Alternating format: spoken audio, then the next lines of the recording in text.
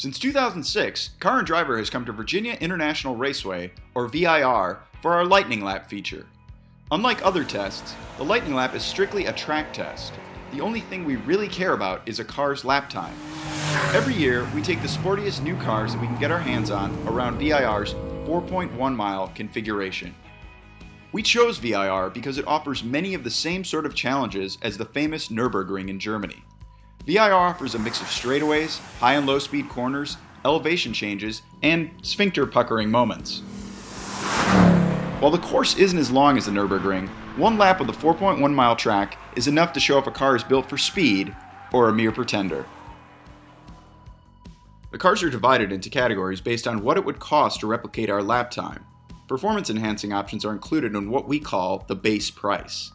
Options that don't improve performance, like leather seats or a sunroof, are not factored into the price.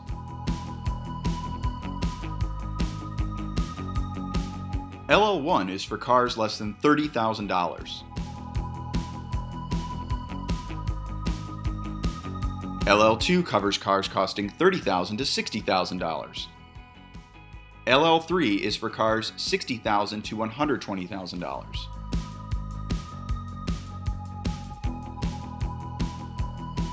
LL4, $120,000 to just under $240,000. And finally, LL5 is for cars that cost over $240,000. This year we brought along a couple of police cars and created a new category for them we lovingly call LL Oink. We now present the cars of LL1. The least expensive car this year is the Fiat 500 Abarth. The Abarth probably isn't a car that many owners will take to the track, but we did it anyway.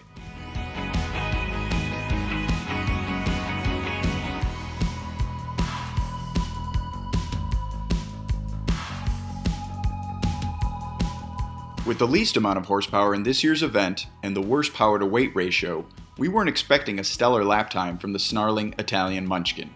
The Fiat posted a time of 3 minutes, 27.3 seconds, the slowest time this year.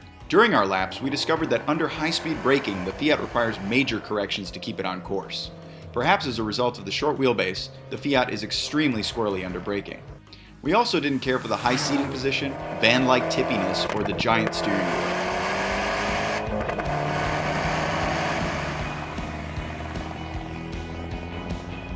Without the perils of speed, power, or grip, a quick lap in the Abarth is largely an exercise in perfectly following the racing line. The high-speed uphill S's, a daunting section in high-horsepower cars, prove drama-free in the Fiat. Just keep the throttle pinned and point the car up the hill. Like most cars in LL1, the Fiat is really at home on the street. Even with its shortcomings exposed by VIR, its Lemmy Adam attitude still managed to make us smile. This is the Ford Focus ST. Ford's hot Focus, the ST comes with a 252 horsepower turbocharged 2-liter. We had high expectations for the Focus, but during the filming of the footage you see here, the key fell off the roof and was subsequently crushed. Unfortunately, that meant that we couldn't start the Focus and it had to sit out the second day of lapping. The second day is when we dial in our quickest times. As a result, the Focus posted a time of 3 minutes, 21.4 seconds, which we consider to be below its potential. Despite our limited time, we were able to figure out what's good and what's bad about the ST. There's a lot of good. This is the most neutral front driver in recent memory and an easy car to drive fast. Quick steering, 1.8 turns lock to lock, gives the ST an immediacy and responsiveness that makes corrections easy and turning into corners a joy. We really only had 2 issues with the ST. First, it struggles to put the power to the ground. We blame that on the lack of a mechanical limited slip differential. A limited slip would likely help the tires divide the task of turning 252 horsepower into speed, leading to higher corner exit speeds. The ST has an overboost function on its engine that fattens up mid-range torque for up to 15 seconds at a time. But 15 seconds isn't a long time at VIR, so we didn't see much of a benefit from that overboost function. For a front-drive car, the Focus ST is surprisingly easy to get sideways. Under braking, or if you're trail braking, the rear end will rotate and glide around to get the car pointed perfectly towards an apex. Understeer is also kept in check. The Focus ST might not have been able to post a great time, but the ST did prove to be one of the most fun cars for the money. With performance-enhancing options, the price of our Focus ST came to $26,880. Sorry about the key, Ford, but can we borrow another ST next year to see what it can really do? The Subaru BRZ lapped VIR in 3 minutes, 18.6 seconds. Good enough for a second-place finish in LL1 despite being down 144 horsepower to this year's LL1 champ, the Genesis Coupe.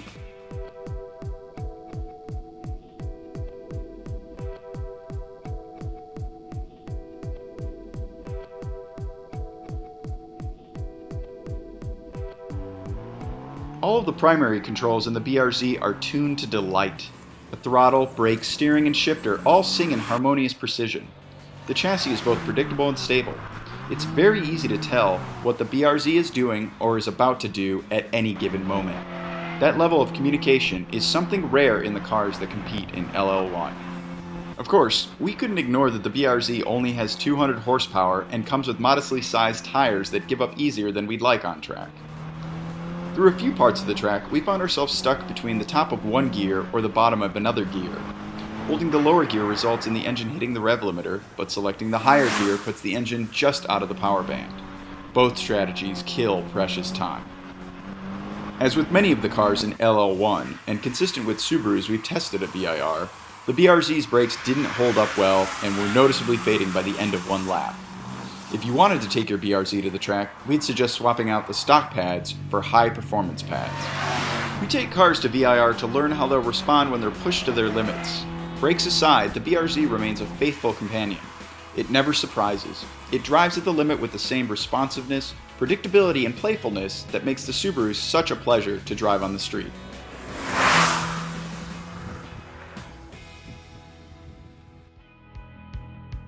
Sneaking in just below the LL1 price cap is the most expensive car in LL1, the Hyundai Genesis 3.8 R-Spec.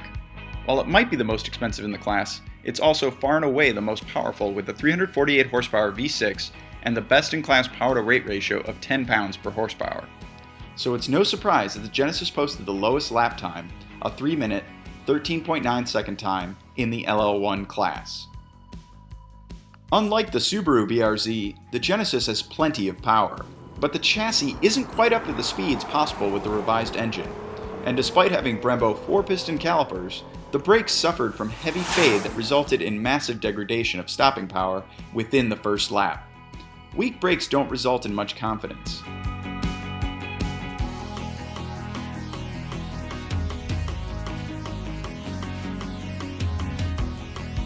There was also the matter of a power delay between quick shifts of the 6-speed manual transmission.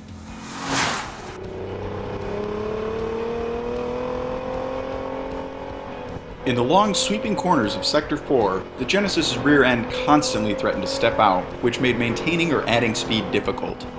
And throughout the entire lap, the Genesis felt more like a sparring partner than a dance partner.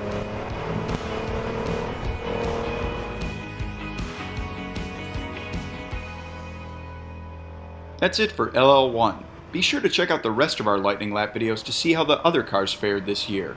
Thanks for watching.